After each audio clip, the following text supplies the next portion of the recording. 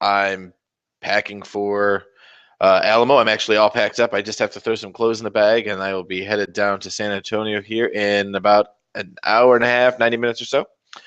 And apparently, there's big news in the YouTube world of Warhammer. Malorian calling it quits, and then the Sustainable Center talking about, the community as a whole. And I watch a lot of, I watch some of Malorian's content. When I decided to do these, it was because I watched, Once Bitten, the Sustainable Center, Malorian, and Lord Tremendous. I watched it and I said, yeah, I could do that. I could try to make battle reports. And the more I make, and I've only made 20 or so, they're difficult. It gets tough to do because, as Anthony said, I have a full-time job. I'm going back to school. I have a family. I'm getting married in 2 weeks. Lots of things go on, and it detracts it. But I do agree with Anthony. Sometimes that these face-to-face videos are much easier to make because they have content. I mean, it's quick, it's easy. You say what's on your mind, and you go. And that's why my YouTube channel has, been. I haven't been doing as much because I started a podcast, and I find that I really love the podcast side of things. So it sucks that Malorian's leaving. I did enjoy listening to him talk, doing his paint-a-sodes and his shenanigan type of stuff when he would say stuff. And I do appreciate the time where, he brought up my battle reports and he would talk about it briefly. And you did see your subscribers go up. There are people that do this so well, and people love him. And Malorian is one of them. I mean, he's a character. I mean, he is a character. And sometimes I try to be like a little bit of a character because it's fun. I mean, this is YouTube, so whatever. It is what it is. However, I will say goodbye to Malorian. So bye. I'm gonna miss you, dog. I love you, G. That was my gangster. That was my white gangster. And then last night I watched more. I was so apparently I was either bored or I was finishing painting. After I dropped all my models on the ground and repairing them, I listened to Skaven AZ, Naren, and Anthony, and they were talking about things, and I would chime in because I can't help myself. But they all picked me to lose to Skaven and AZ. And here's my thing, and here's my question to the Sustainable Center and Naren. I'll even post it to Skaven AZ, but I'll probably just talk to him this weekend about it because this is what I find interesting. I was listening to their thing, and they were talking about Naren copying Skaven and AZ's list. And I said the comment, I made the question, and they really didn't answer it. Aren't almost every Skaven list the same? I don't mean to be rude. When you go to a tournament, I understand most of the time you see the same demon list. You see the same, it's like the same cookie cutter like thing. But Skaven, isn't it almost always like 2 to 3 blocks of slaves, a bunker unit with a gray seer in it, 2 warp lightning cannons, 2 A-bombs, or 2 doom wheels, or 1 and 1. Oh my god. Oh. I mean, isn't it always the same thing? Like, so is everybody copying that one list, or is that just the best choices out of the book so people take it? It's like a demon list when it's like, oh, here's my 5-pack or 4-pack of Beast and Nurgle. Here's another 4-pack. Here's my 2 skull cannons. Here's the Keeper of Secrets. And you're like, what's the theme here, bro? Oh, well, it's the best of the book. I get it. I mean, it's good for comp. I mean, that's my thing. Like, to me, of all the book, like, of most of the books, I mean, High Elves kind of start doing the same thing with, you have the White Lions with the Banner of the World Dragon, the Phoenix Guard, or you have the all-cav list with 2 or 3 Frost Phoenixes. You sit down to play these lists, and it's not surprising. So here's my thing. When I make a list, I try to do something different. Not just because I want to be different, but because I find that when I sit at a table against somebody, they look at my stuff, and I would say 8 times out of 10 when I sit down to play with, especially this list or a list like it, people know what the Keeper does. Like, they're expecting it. They really are expecting the Keeper. It's everything else that people are like, that's kind of weird. I don't get it. Like, where the Seekers? Like, why don't you have Seekers? I don't. This list isn't any good. It stinks. I don't understand it. It's not good. Then you play them, you face roll them, and then they're like, "What the hell just happened?" Because they have no idea what your list does. They don't get it because you know what it does, and you go forward and you play it.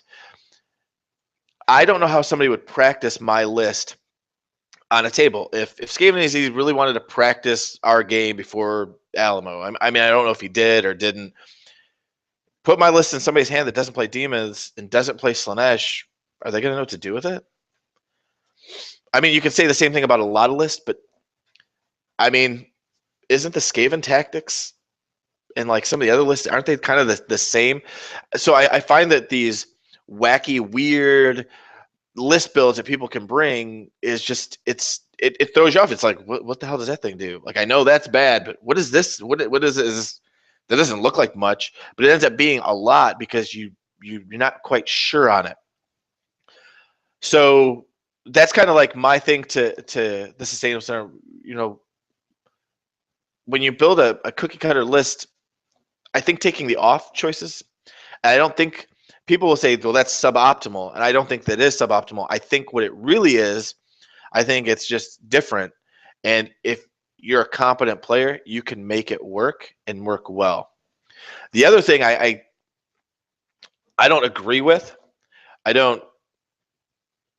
When they were talking about comp, and they would talk about, I know Chris is big into this, and he would say like, you know, hard list and hard list is cool, or a fluffy list on a hard list, like that's thinking, but two fluffy lists, two, you know, whatever aren't. And I would disagree completely with that. And I would say this, that if I bring, you know, a list with not a lot of toys, and you bring a list with a lot of not a lot of toys, you have to think a lot more on how to kill certain things. You have to position things different and or better. So I think fluff on fluff is just fine. I think any way you want to play it is fine, especially in fun games. In competitive games, I know going into Alamo, I am in an uphill climb against a very good opponent with a very tough list. Was it comped properly? I think he would agree with me, and I think 9 out of 10 people would say that the comp score that he got from the judges on that Skaven list is kind of weak sauce. I think his list is harder. It doesn't matter. We'd still get to play because you have to have a 5-point spread to not be able to go to challenge. They were talking about how how he challenged the weaker player. Naren's getting Anthony. You know, Anthony, Naren, I'm not a slouch per se. I just, nobody knows me because, well, I go to a couple tournaments. I do a little bit of content.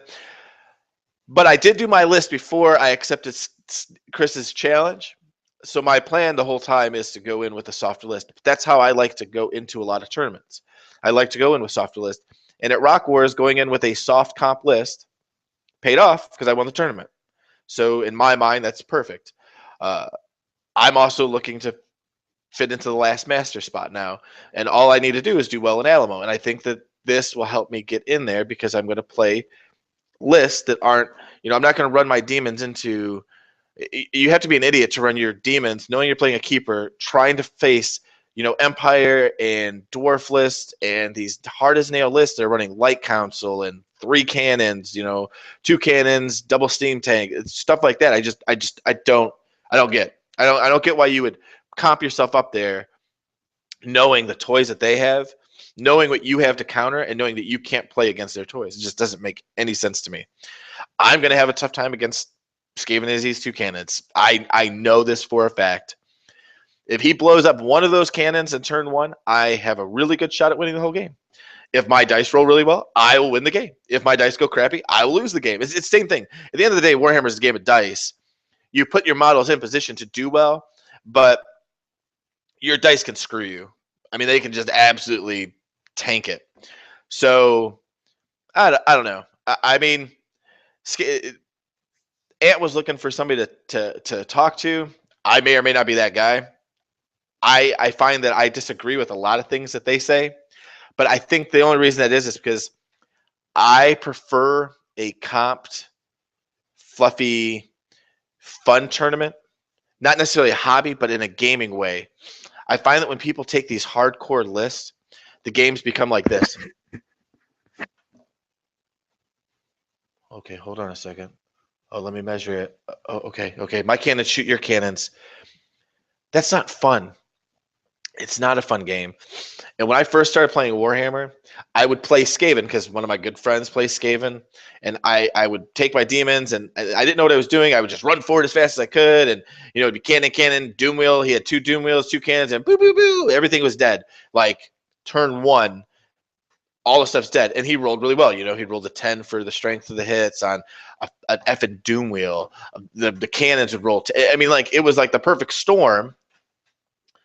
But it happened, and I was like, dude, this is like unfun. Like, this is the type of stuff that makes you not want to play Warhammer, especially for fun and in a tournament.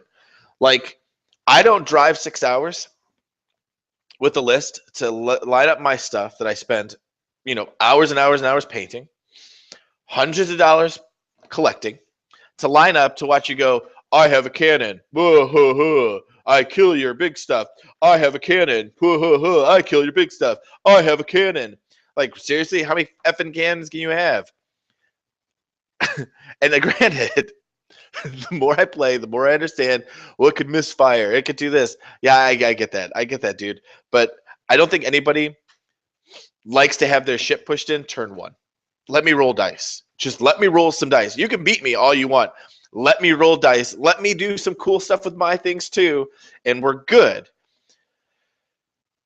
Beating me first turn because your toys did what they were supposed to do and you just shot everything off is an unfun game. I don't care what you say. You're never going to convince me otherwise. It's unfun. It's why I it's unfun to me when I bring fluffy lists. If I bring or take an army that has 2 cannons and you have 2 cannons, we play the counter battery thing, blah blah blah. I get it, but any army, cannons or no cannons, magic phase. This is where I agree with Anthony. I think that Skaven are a top 4 army, depending. They have cannons, okay? They're pretty good cannons. They have good magic. They can move. They can scout. I'm trying to figure out a phase of the game that they're not in and that they can play. They can make themselves a little combaty. They can, a little fighty. I don't see where they're messed up. So I don't know. Just my 3 cents on the matter. I do enjoy Anthony's little talks. I enjoy this Skaven, Chris's Skaven AZ. I enjoy his talks.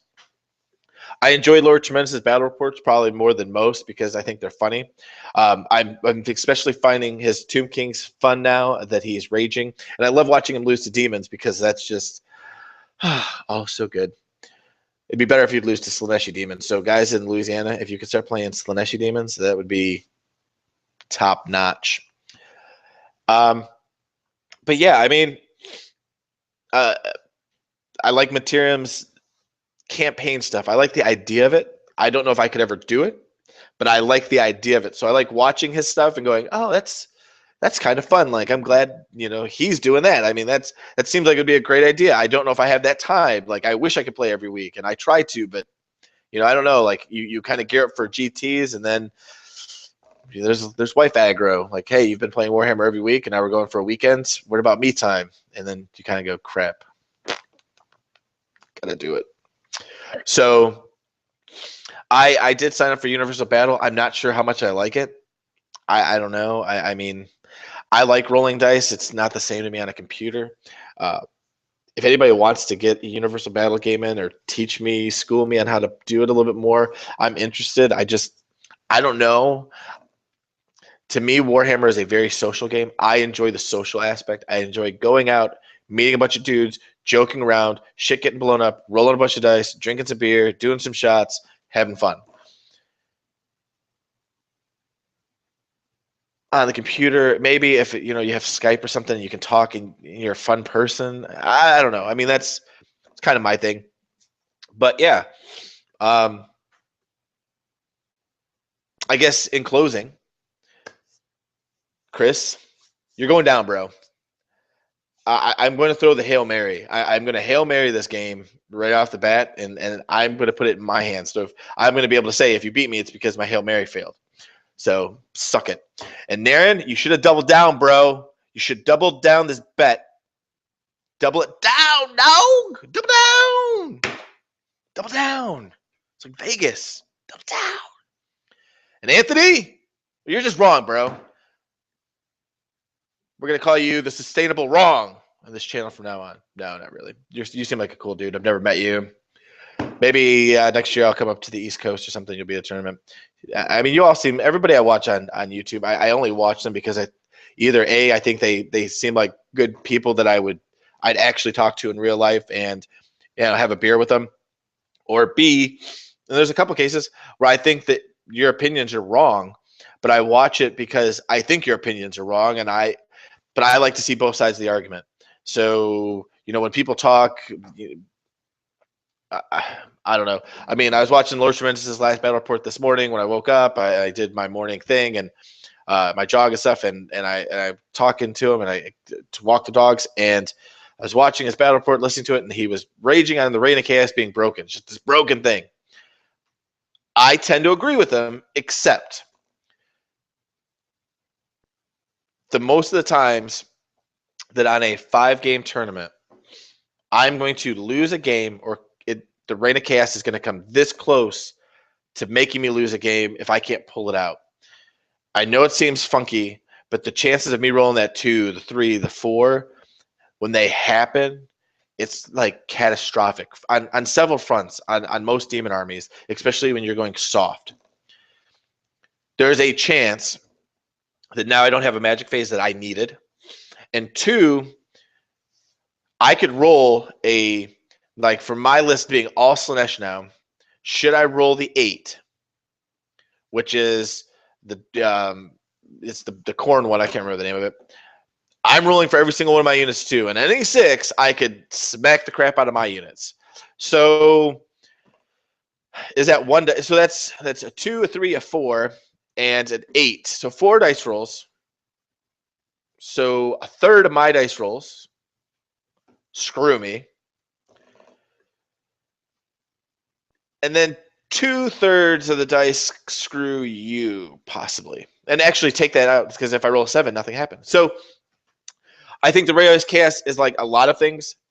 I'll complain about an army being broken. Like, that's so broken. I'll complain about Skaven. Like, it's so broken because he rolled 10s for his warp lightning cannons, and then the stupid Doom Wheel did 3 shots into my keeper, and he rolled a 10. It's retarded. Yeah, well, why would you have your keeper there to get the Doom Wheel to get there? I mean, the Reign of Chaos, yeah, you can't stop it, but I think it's only broken to you because, well, it hates you. And when things hate you, I mean, they really, hate. So, anyway, I still love you, dog. Give me kizzy. I'll see you soon, Tremendous. Anthony, I don't know what you think about it, but yeah, I mean, I think we're a little ways apart on comp. I kind of like to hear you talk more about comp, and I'd like to hear more on what comp you prefer, because I'm going to say this. I've been to 2 tournaments now, and I've seen 3 tournaments. I've seen no comp, and I've seen comp. I've seen Lone Wolf and War Gamers Con with no comp, and I've seen Rock Wars with comp, and I loved Rock Wars with comp, not just because I won it, because I love seeing weird, funky armies. I'd love seeing not the same cookie cutter, like here it is, oh, here it is. I knew that when I saw my email and I saw an army list, I knew that it necessarily wasn't going to be the same list. So I don't know, but I have to finish packing. Gotta go. So, Mr. Malorian, I wish you luck in War Mahorts. Hopefully you do great things. I will probably still listen to your paint-episodes and your ranting and your raving and, the goofiness. I do enjoy those. I think they're great. I don't have a ton of War Machine interest. So, but whatever. I mean, I'm still going to subscribe to this channel because I think as a community, wargaming in general, we should support. Like, we need to support each other. Anthony, I do enjoy your face-to-face videos. I do enjoy your talks. And like I said, I love watching certain people's bad reports, and I love watching other people just talk because they have good stuff to say. So I will see you all on the flip side. Chris, I'll see you tomorrow.